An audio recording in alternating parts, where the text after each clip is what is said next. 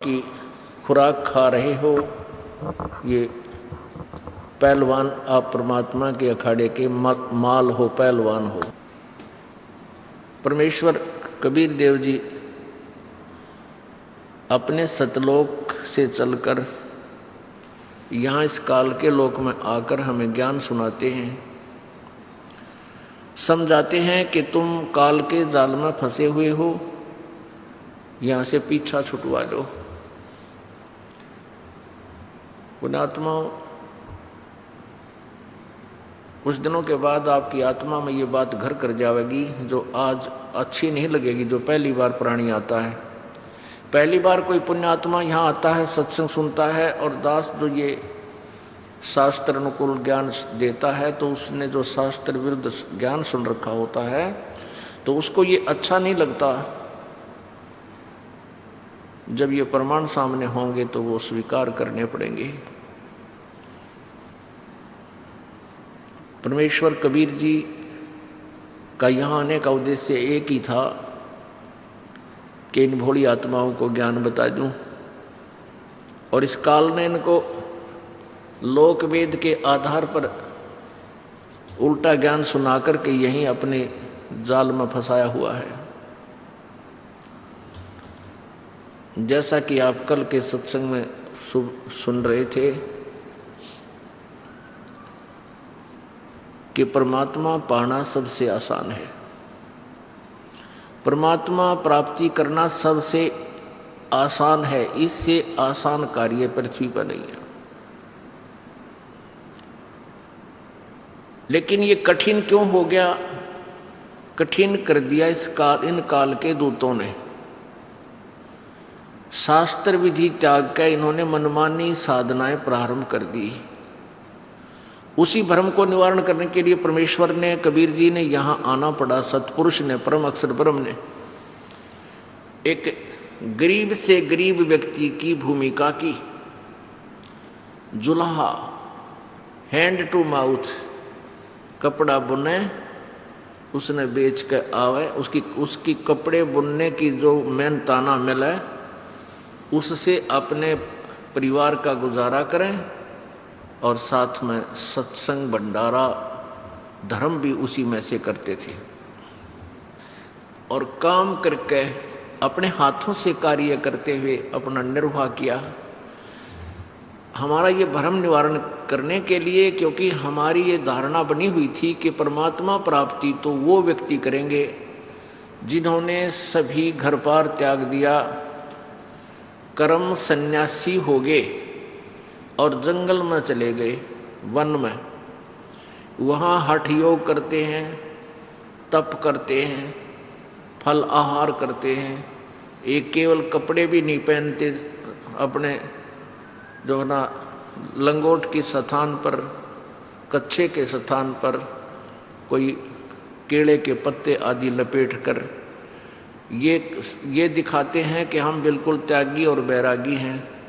आज मनुष्यों के दर्शन भी नहीं करते, जंगल में गहरे चले जाते हैं, वही रहते हैं, फल फूल पत्ते आदि खाकर अपना निर्वाह करते हैं।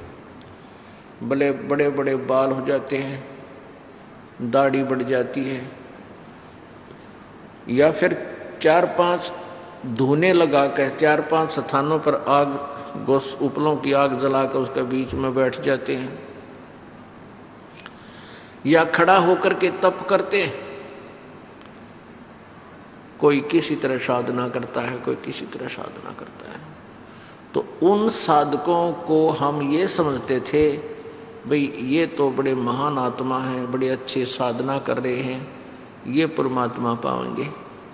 लेकिन परमात्मा की चाह फिर हमसे भी नहीं छूट रही थी, जबकि हम ये भी सोचते थे कि हमें भगवान नहीं मिल पाएगा, क्योंकि हम गृहस्थी हैं, हम बाल बच्चेदार हैं, हम घर नहीं त्याग सकते, इतनी कठिन साधना भी करना हमारे बस की बात नहीं है।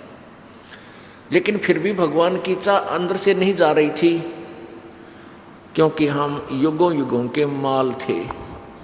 हमारे हृदय में वह तड़फ भगवान की प्रॉपर बनी हुई थी, वह हट नहीं पा रही थी। हमारी ये गलत धारणाएं थी उनको निवारण करने के लिए परमात्मा ने क्या बताया है कि एक भक्त बता रहा था, जब इस दास ने उपदेश लिया ही था और जैसे परमात्मा का ये ज्ञान प्राप्त होने के बाद तो फिर यही चर्चा चलती है। तो जैसे भी हम ऑफिस में बैठते थे, 2-4 भक्त जो व्यक्ति होते थे, वो उनसे चर्चा चलाए बिना नहीं डिटा जाता कि अभी कबीर साहब पूरे परमात्मा हैं, उनकी भक्ति से पूर्ण मोक्ष होता है। तो हंसी करा करते मेरी वह नो कहा करते, यो नया भगवान देख लो, यो बिराना कितने ले आया एक और कबीर न भगवान बताओ। अब उनका कहना भी ठीक था और मेरा कहना अपनी जगह ठीक था, क्योंकि उनको ज्ञान नहीं था और मुझे ज्ञान पूर्ण हो लिया था।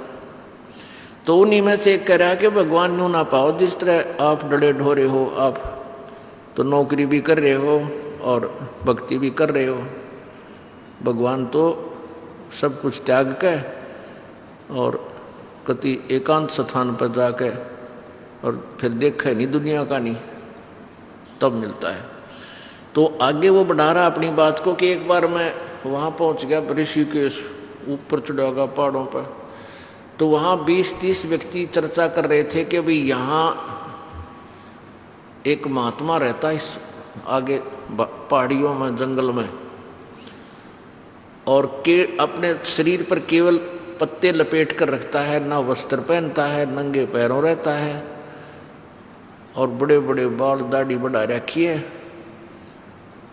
तो वहाँ इसलिए बैठे थे वो कि हो सकता है वो इधर घूमता फिरते आ जावे, एक बार ऐसे महात्मा के दर्शन हो जाए तो कल्याण हो जा। तो कहता है कि मैं भी अगले दिन सुबह वक्त से वहाँ जा बैठा, और भी 5-7-10 बैठे थे, देख रहे थे इधर उधर के, इधर आ जाता है वो कई बार। तो क्या हुआ, इतने में वो महात्मा आया। अब उसने हमें देख लिया, जब हमने उसे देखा तो उसकी पीठ हमारी तरफ थी, उसका दर्शन नहीं हुए और वो अंदर भाग के दौड़ कर अंदर भाग गया, गहरा चला गया कि तो गुफा बना रखी है उसमें बढ़ गया। जब दर्शन हो जाते तो बेड़ा पार हो जाता। ऐसे होते हैं साधु परमात्मा संत। अब उनको फिर आगे बात बढ़ाना को उचित भी नहीं था, क्योंकि वो तो बिल्कुल लोकवेद पर आधारित थे।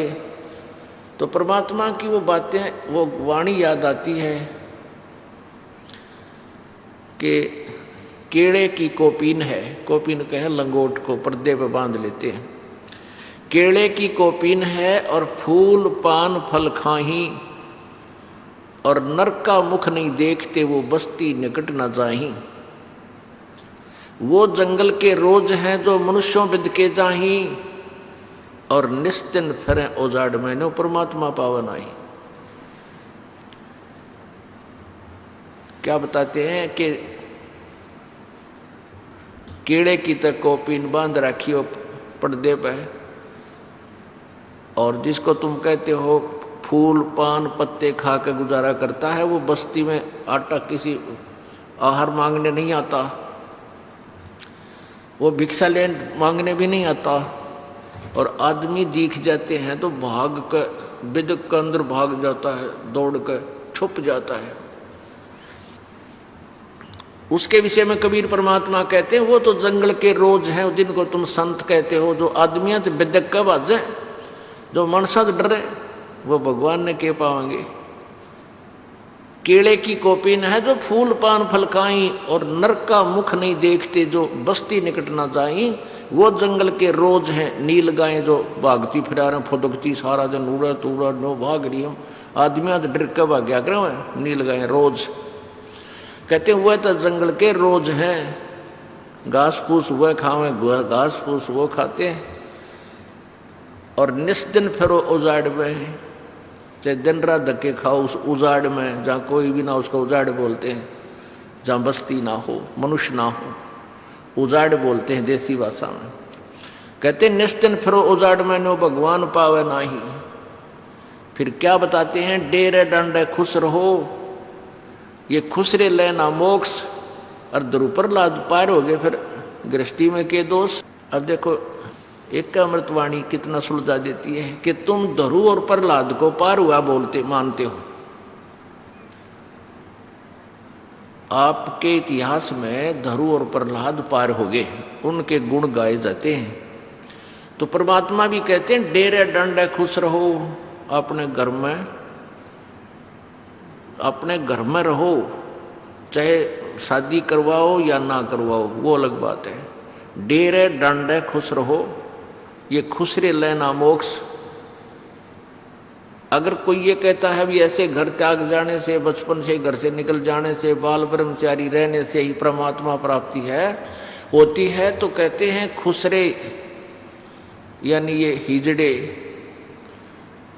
ये तो तुम्हारे उन संतों से जो घर त्याग के जा रहे उनसे पहले भी परमात्मा पाने के अधिकारी हैं। अगर ब्रह्मचारी रहने मात्र से ही प्रभु प्राप्ति हो, लेकिन परमात्मा कहते हैं दुराचार भी महापाप का कारण होता है। डेरे डंडे खुश रहो, ये खुश रे लहना मोक्ष। और ध्रुव प्रहलाद पार हो गए, फिर गृहस्थी में के दोष। हमारा मोतिया बिन था, हमारी सोच बालक जैसी थी, कथाएं सुना करते थे, कोई निर्णय नहीं हो पावा था। परमेश्वर कबीर जी ने ऐसा निर्णय ज्ञान दे रखा कि तुरंत फैसला कर रखा है, प्लस माइनस करके उसी समय निष्कर्ष निकाल रखे। प्रहलाद को 10 वर्ष की आयु में परमात्मा मिल गए थे, नरसिंह रूप धारण करके आए थे। उसके बाद प्रहलाद ने जब जवान हुआ तो शादी करो ब्याह करवाया, बालक हुए। राजा बलि जिसने इंद्र की पदवी प्राप्त करने के लिए 100 मन देसी घी की, 100 मन देसी घी, 1 मन 40 किलो का, 100 मन देसी घी एक यज्ञ में लगना होता है, जिसमें